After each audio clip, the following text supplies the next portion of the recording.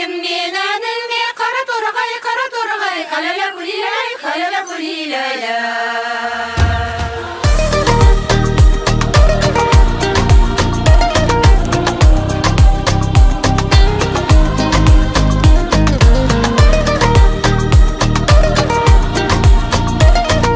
Оюлай кәсіби шеберлік алаңының рухани танымдық бөліміне қош келдіңіздер.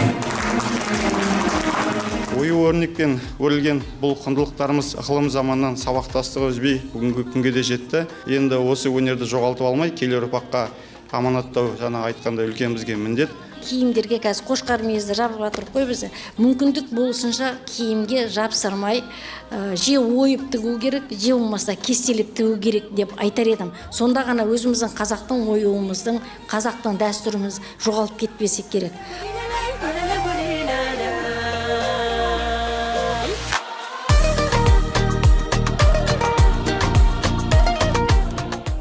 Ана тағзымына бас иіп отырып, бұл мәселені қозғап отқанынан.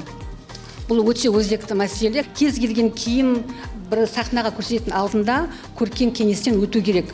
Оның ішіне мына Ералы Серікұлы сияқты зерттеушілер міндетті түрде қатысу керек. Қазір көріп шыққандарыңыздай бізде қаз мойын оюымен және гүл оюы толығынан пайдаланып, осы қыздарымыздың коллекциясы дайындалған болатын.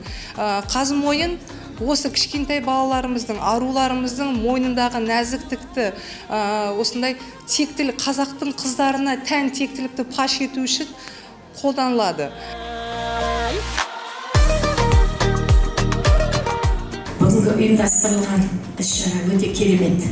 Біздің қазақ халқына нағыз керек. Кейде білмейміз қанша осы қолөнермен айналысып отырсақ та, мен көп өзіме пайдалы кеңестер алдым. Түсіндім, сізге мың алғыс. Қазір мына киім неған кезде мына жіппен тоқи салады ғой, соның ортасына ою істемейді, тек сызылған жіп көрінеді. Сол негізде алған кезде ешбір бір ойды кесіп өтпейді. Әрқайсысы өз алдына жеке тармақ болып кете береді, бірақ қиылысу деген жоқ. Шын мәнісінде құрақтың оюы ол мына қыз бала туады ғой. Қыз бала туған кезде оның жасауына сол кезден бастап тіге бастайды. Құрақтан көрпе жасайды, жасы жасайды, мына шымылдық бар ғой, соны жасайды. Бірақ қыздың өзі істемейді, оны тек туыстары істейді. Қызы өзі істейтін болса, оған айтады, сен не бізден тезірек кеттің келіп жатыр ма дейді.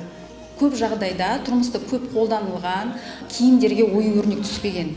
Біздің енді ғылыми зерттеулеріміз, этнографиялық ғылыми зерттеулерімізге қарап отырсақ, масаты, мауыты, мақпал сияқты маталардан шұға, маталарынан қымбат маталардан киімдер тігілген, қалталарының формалары әртүрлі, жаңа қолөнершілер келіп зерттеуіне болады. Салт дәстүрімізді, ою өрнегімізді, санамызды осындай қылып жарыққа шығарып жатқан анаға тағзымға менің алғысым шексіз.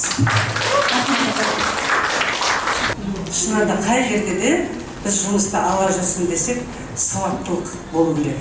Әлеуметтік желі арқылы осы айтылған әңгімені тағы да жинақтап, тұрақты бір рубрика ашып жатса, сіздер соған өздеріңіздің еңбектеріңізді, әңгімелеріңізді, көрген білгендеріңізді шығарған уақытта келіп, халықпен бөліссеңіздер. Қытай елінен үлкен фабрикасы бар, мата шығарып отырған үлкен кәсіпкерлердің өзі, және де Америкадағы үлкен дизайнерлердің өзі сұраныспен арасында алып тұрады.